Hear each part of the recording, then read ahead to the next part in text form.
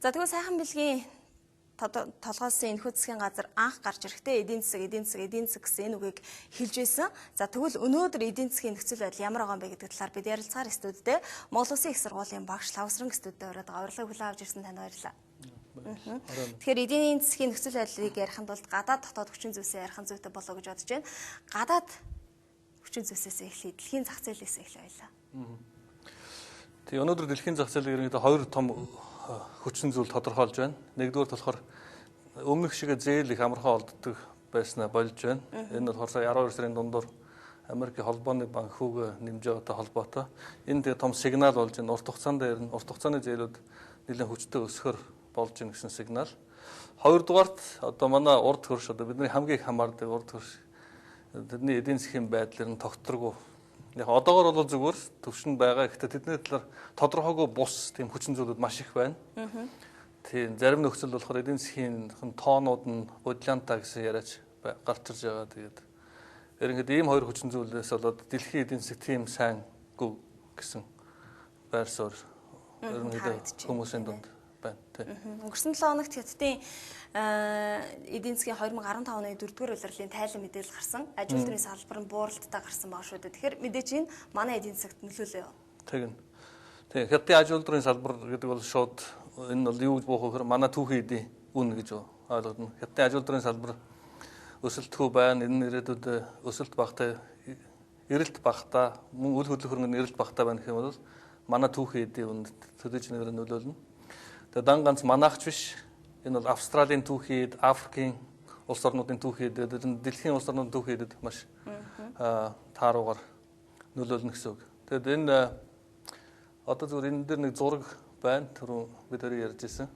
Тэгээ энэ зураг болохоор одоо тэр улаан өнгийг анхаарах юм бол яг дэлхийн худалдаа 2008 оны эхнээс хойш ингээд ямар хөө байдалтай байна вэ гэдгийг харуулж байгаа.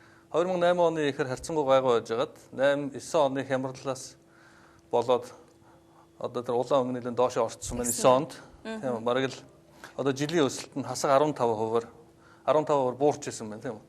Тэгээ тэр хямралаасаа маш хурдан гарцсан байна. Одоо 10 оны ихэнхэд гараад ирсэн. Хямрал гараад дуусангууд дэлхийн худалдаа дахиад эргээс сэрэгцсэн. Дахиад эргээс сэргэлтийн байдалтай нэг 2 жил гаруй явж хагаад одоо 12 оны эхнээс хойш уналтын байдалтай явсаар өнөөдрийг хүрч байна гэсэн. Ерөнхийдөө 4 жил тасралтгүй дэлхийн худалдаа тэр доошоо одоо тэр тгээс доошоо орсон тэр улаан шугам. Тэгээ ерөнхийдөө энэ юу гэж байгаа вэхээр тэр цэнхэр шугам нь болохоор хэдийн хэмжээний бүтээгдэхүүн гаргаад байна үү? Бүтээгдэхүүний хэмжээ нь гэсэн холигтой өсөхгүй. Гэхдээ үнэн нь унтсан болохоор дэлхийн худалдаа одоо ийм л төвшөнд байна. Энэ юу гэсэн үг вэ гэхээр дэлхийн худалдаанд оруулж байгаа түүхийд энийг үйлдвэрлэж байгаа нэг том үйлдвэрлэгч нь тэр Хятадын аж үйлдвэр. Тэгээ Хятадын аж үйлдвэрийн барааны эрэлт юм байна гэсэн үг. Тэгэхээр энэ бол манай Монголын эдийн засгт маш хүнд байна. Тэгээд энэ хасах 15 орчим дээр хичнээн удаан үргэлжлэхийг одоо хэлэхэд хэцүү байгаа. Тэгээ энэ л болохоор одоо гадаадын эдийн засгийн нөхцөл байдлыг ялангуяа Монголын эдийн засгийн нөхцөл байдлыг энэ олон улсын худалдаа илүү тодорхойлж байна гэж үзэж болно. За юу гэдэг Хятадын статистикийн товчооны даргаыг сахилгын хэрэгээр шалгаж байна гэдэг мэдээлэл бас энэ самбарчид давхцаад яригдж байгаа шүү дээ. Сахилгын хэрэгээр гэдэг нь бол хөвшлэн авилгын хэрэгтэй холбоотой албан тушаалд авахч гэдэг юм уу ийм асуудал яригдаж гэсэндээ зарим тохиолдолд одоо юу гэдэг статистик мэдээлэлээ буруу тооцоолж гаргасан ч гэдэг юм уу ийм бах магадaltaй гэсэн зүйл яригдаад байна. Энэ яг энэ болохоор өмнө нь Хятадын тоонууд буруу байгаа юм биш үстэй гэсэн 12 сарын тэр мэдээтэй давхцаж байгаа болохоор тэр хоёр дахь боломж юу?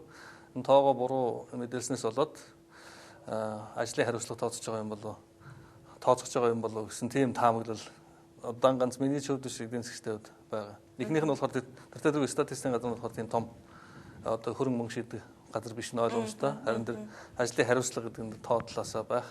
Тэгээд иймэрхүү байдлууд ерөнхийдөө их Хятадын эдийн засгийн тухай ойлголтуудыг зарим талын бүрхэгдүүлж байна л да. Тэгээд одоо тэр хөрөнгийн зах зээлийнх нь арилжаа байна.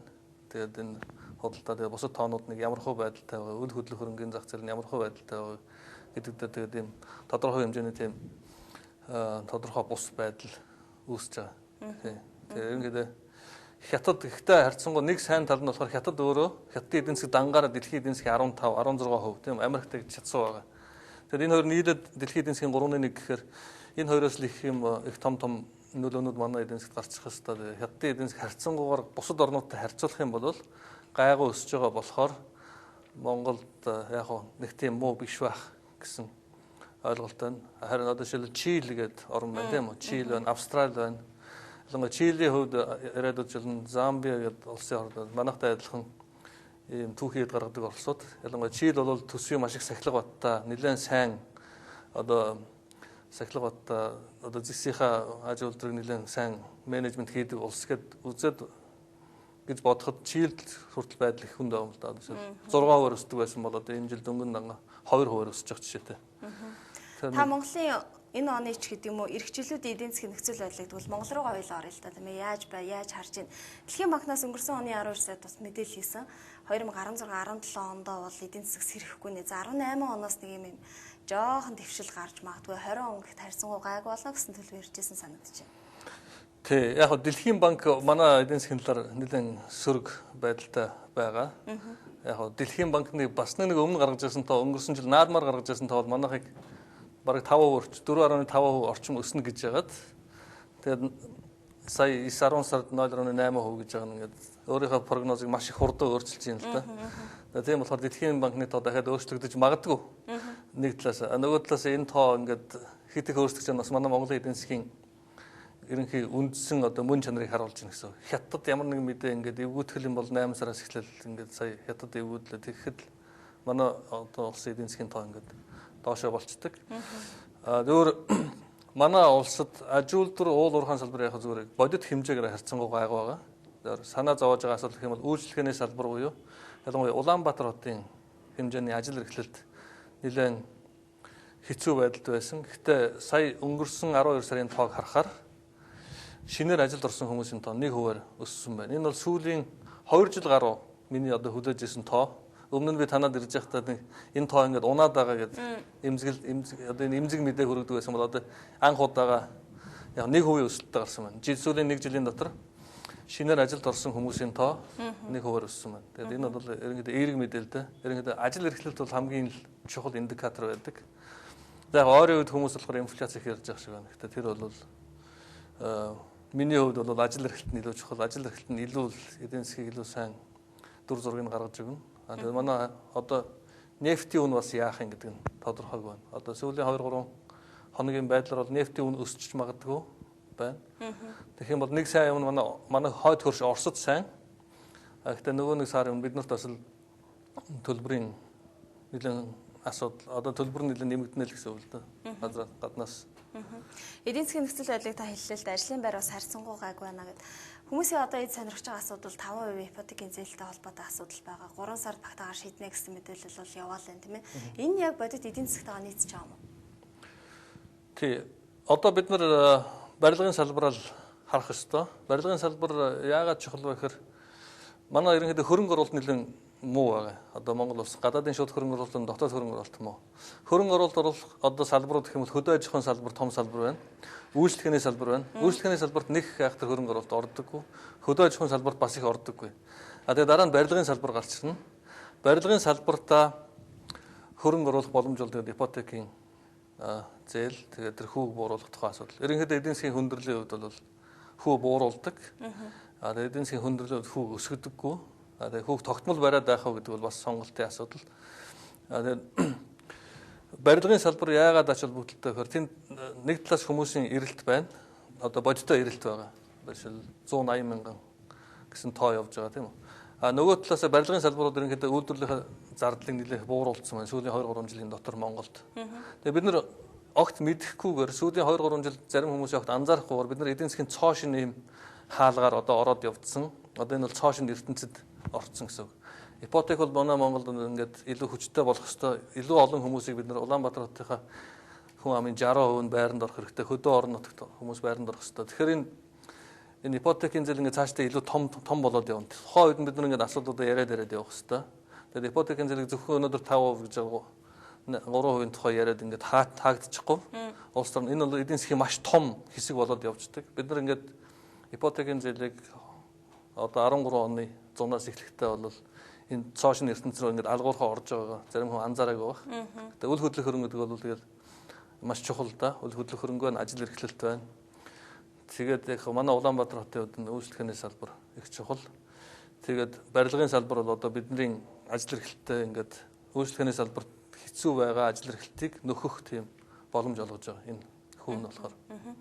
Эдийн засагт ямар нөлөө үзүүлдэгч бай. За тэрийг асуудлыг орхилоо гэж бодъё тийм ээ. Иргэдийн амьдралд бол илүү одоо хүлээлттэй ба гэгээлэг мэдээгээ бол энэ 5% болж буурах асуудал ба. Долларын ханшийн талаар танд ер нь ямар ойлголт явж байна? Долларын ханш 2000 гаруй авчихсан маа тийм. Тий. Долларын ханш 2000 гэдэг ихний тэр 1950 байж байгаа 2000 болж байгаа тоон одоо сэтгэл санааны хувьд өөрчлөлт. Тийм. Гэхдээ процентын хувьд бол их жижиг гэн л тоо л доо. Долларын тоог ингээд харьцангуйр ингээд харах юм бол манад харьцангуй их тогтвортой байна. Тий. Одоо бид нар Оросын рублийг харж болно. Тийм үү. Мөн Венесуелийн мөнгөнд нэмэгдэхийг харж болно. Хэд дахин унтсан байна. Тэгээд өшөө уул уурхай хөрөнгө оруулалт ихтэй уул уурхайн салбар нэг хүчтэй болдог Канада доллар бол маш хүчтэй бас унж байгаа. Тэгээд түүнтэй харьцангуй гайгүй.